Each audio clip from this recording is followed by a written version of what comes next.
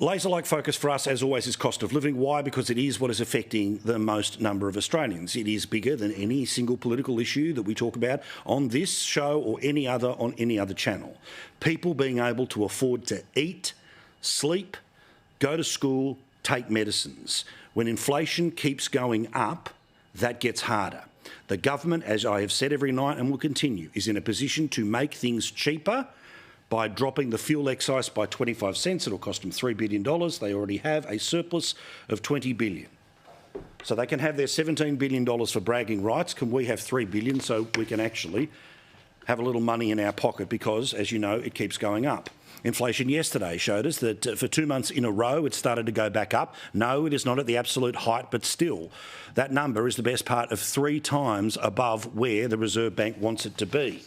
Remember, petrol alone has gone up 19.7% in the past month. That is up the best part of 5% in 1 month. Australians need relief, yet of course the government, the Prime Minister, they will not do it. Electricity, despite the fact that, renewable energy will be so much more powerful, there's more of it than ever before, your electricity price is through the roof because it all needs to be built. I've said it for 10 years. This is not about climate denialism, it is about a denialism of the cost of transition. That's what you're paying. Gas, transport, bread, dairy, insurance, rent, housing, all of it above the national average of 5.6. But of course, none of that being discussed by the Prime Minister when he was there having the full golden treatment from the President at the White House. And I understand the close relationship that always should be marked, celebrated and tightened up between Australia and the United States for the most obvious of reasons. But could you think of a more tone-deaf moment than some of the stuff that you've seen in the past couple of days, while literally 3.7 million households have had trouble putting food on their tables? The Prime Minister's clinking glasses on gold-trimmed plates with millionaires, billionaires and the rich and famous, his real comfort zone. Meantime, here in Australia, the Reserve Bank boss has said yet again that inflation is such a problem that, despite the fact that she's handpicked and the expectation of being handpicked was that she won't raise interest rates, if inflation keeps going up, if petrol keeps being the best part of 20% inflation, they have to raise interest rates. Will it be the Melbourne Cup one or will it be the last one of the year? Who knows? But here's what Michelle Bullock said in Canberra today, and none of it makes me feel good. Can I just ask in regards to yesterday's figures, do they make it more likely or less likely in your view that interest rates will go up in the short term?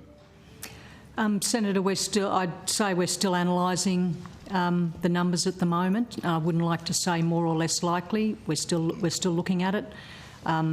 It has confirmed what we've been saying all along, as I said, that the persistence is in the services side and the goods side is responding. But I think that's all I'd say at this point.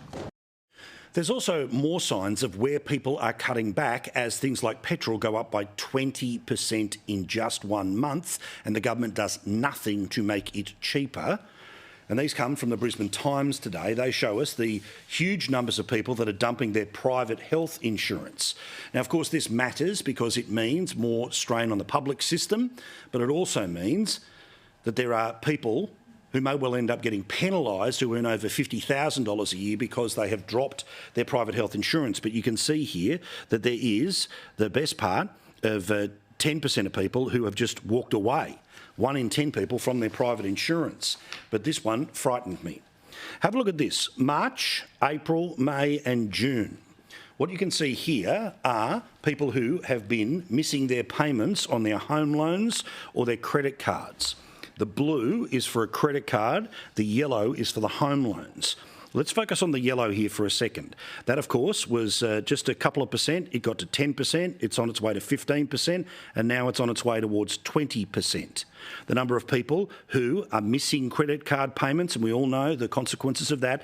It means, of course, the amount you don't pay, compound interest, means the overall bill increases.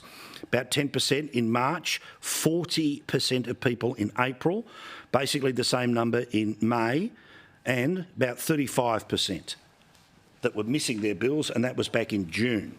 The numbers have got worse in July, in August and September. Yet, of course, None of this being discussed by the Prime Minister. Again, I understand the need for a state visit. I understand the need for our Prime Minister to be at the White House. But can you think of anything more tone deaf? When I repeat, Food Bank today, or Food Bank this week, as we showed you, 3.7 million Australians in the past year, households, have been unable to put food on the table. Yet there was plenty of food on the table and champagne and giggles on the gold-plated Eagles today. Meantime, of course, the Prime Minister is completely immune to what is happening, not just because of the wages that he has, but all of the people who make decisions in this country. From a backbencher on the opposition, the worst performer in the Senate, all the way through to the Prime Minister. Remember, these people have got their biggest pay rise in a decade.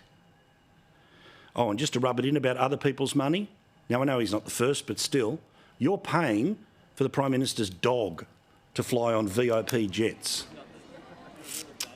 Ridiculous, right? But 3.7 million households can't put food on the table. Outrageous.